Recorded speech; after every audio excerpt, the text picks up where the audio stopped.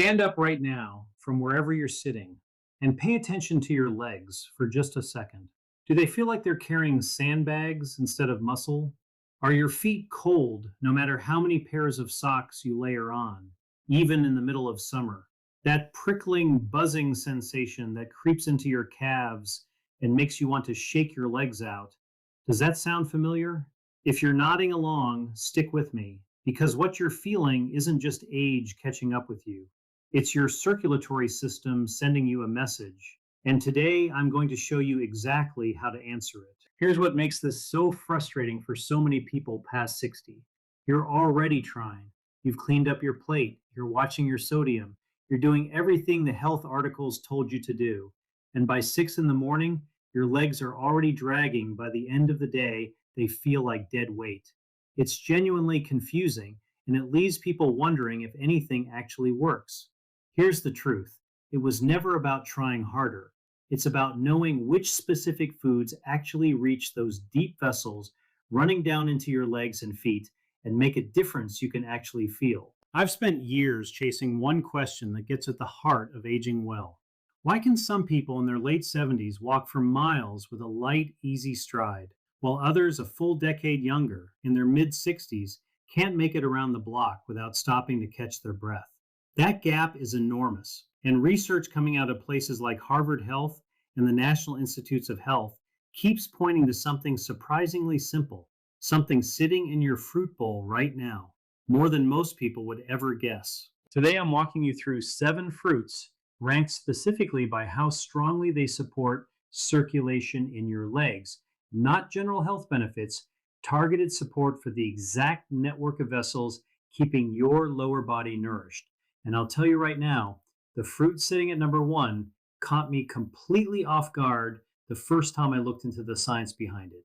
It's cheap, it's in every grocery store in America, and almost nobody has ever had its real effect on blood vessel health properly explained to them. Before we get into it, tell me where you're tuning in from and what you're actually dealing with. The heaviness, the cold feet, cramps that wake you up at night, that tingling sensation.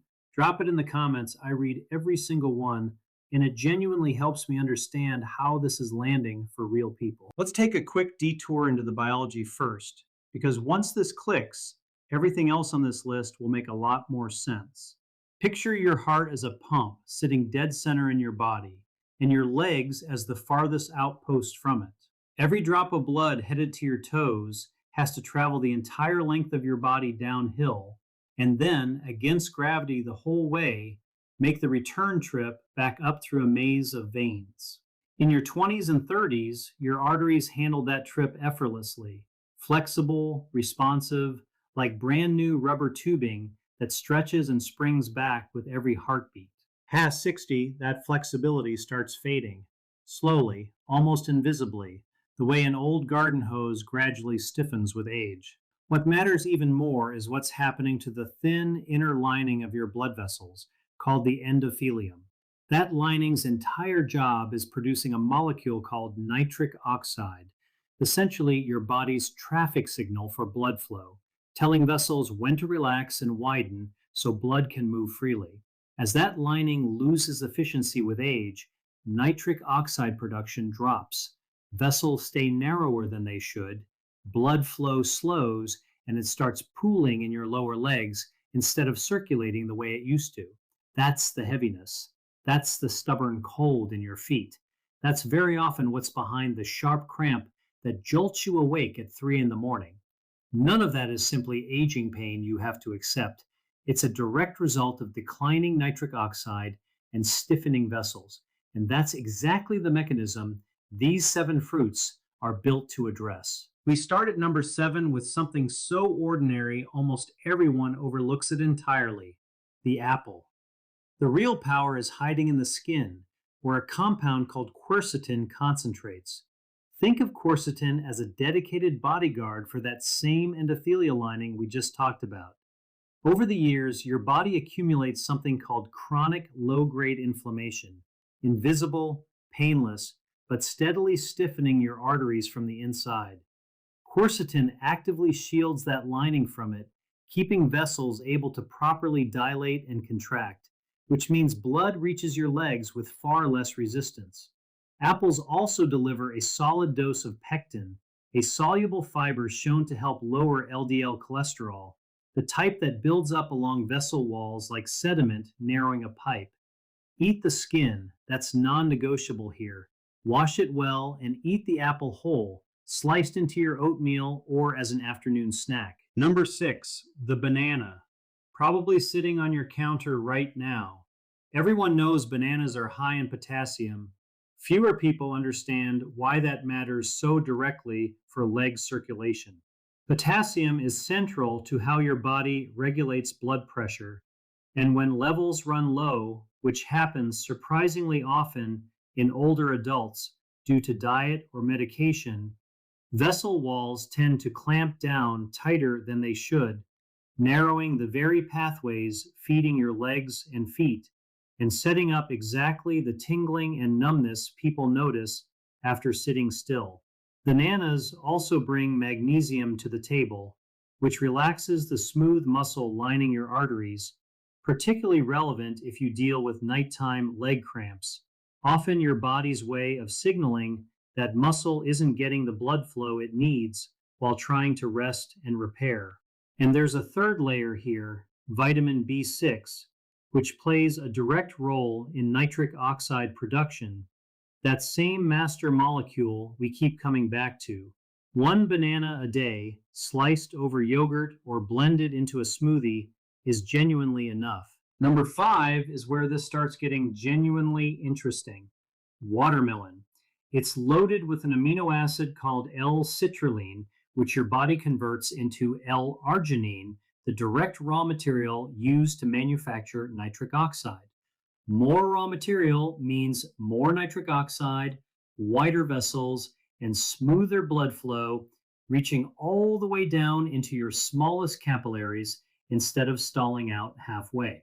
Research published in journals like the American Journal of Hypertension found that regular L-citrulline intake measurably reduced arterial stiffness, an effect especially pronounced in older adults and postmenopausal women, meaning vessels weren't just opening temporarily, they were becoming genuinely more flexible over time.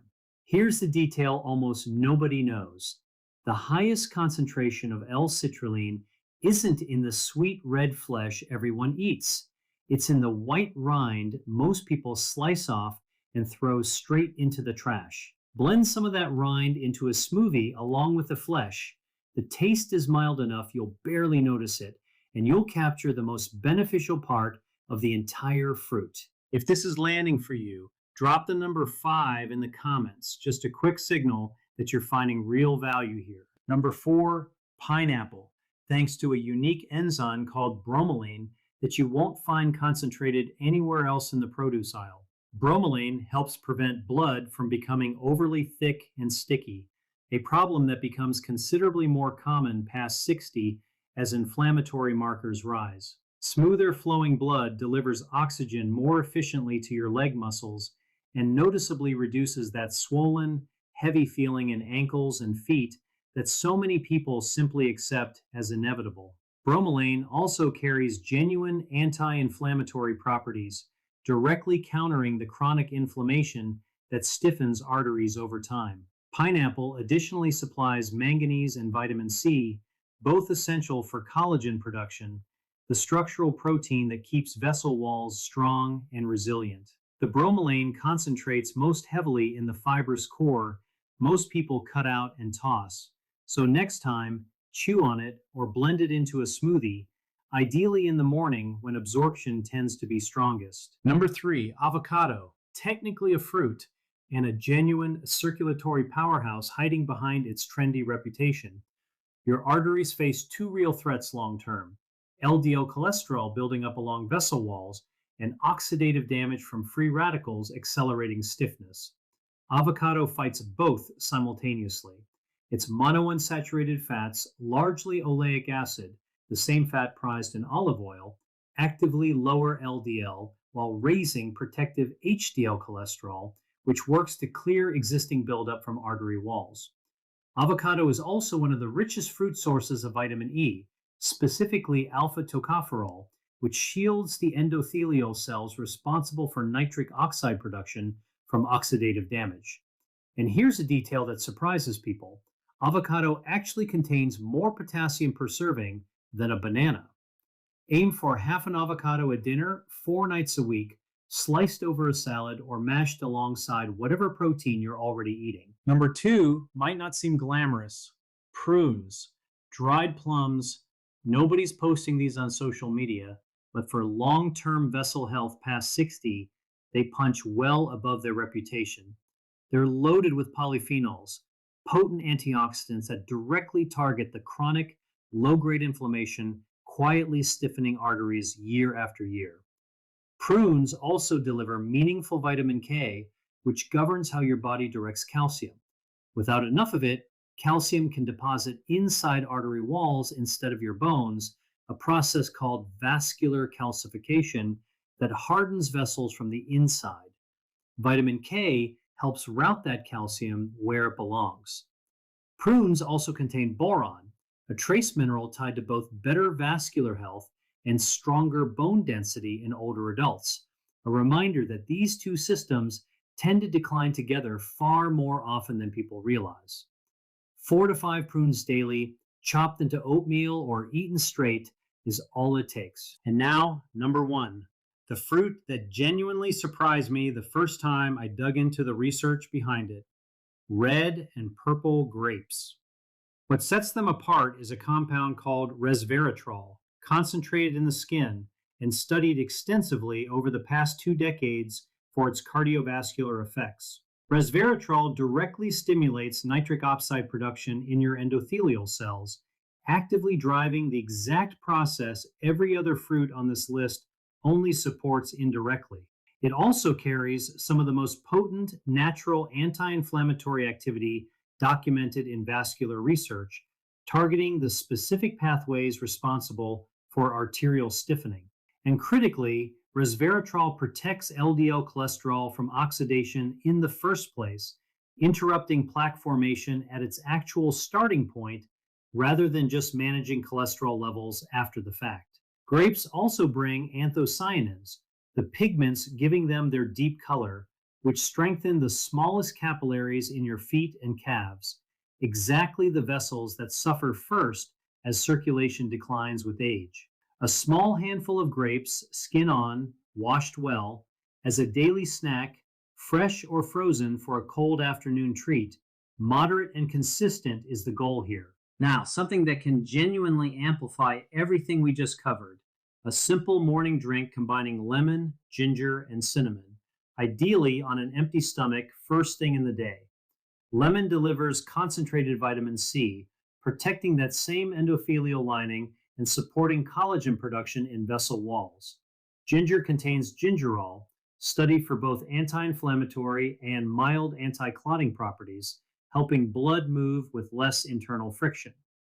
Cinnamon improves the responsiveness of your smallest peripheral capillaries, the ones delivering warmth directly to your hands and feet, particularly relevant if cold extremities have been a constant frustration. Squeeze half a lemon into warm, not boiling water, stir in a teaspoon of freshly grated ginger and half a teaspoon of ground cinnamon, and drink it about 20 minutes before breakfast. Many people notice warmth returning to their feet and less heaviness on walks within 2 to 3 weeks of doing this consistently. Before we wrap up, 3 mistakes worth avoiding because they quietly undercut everything above.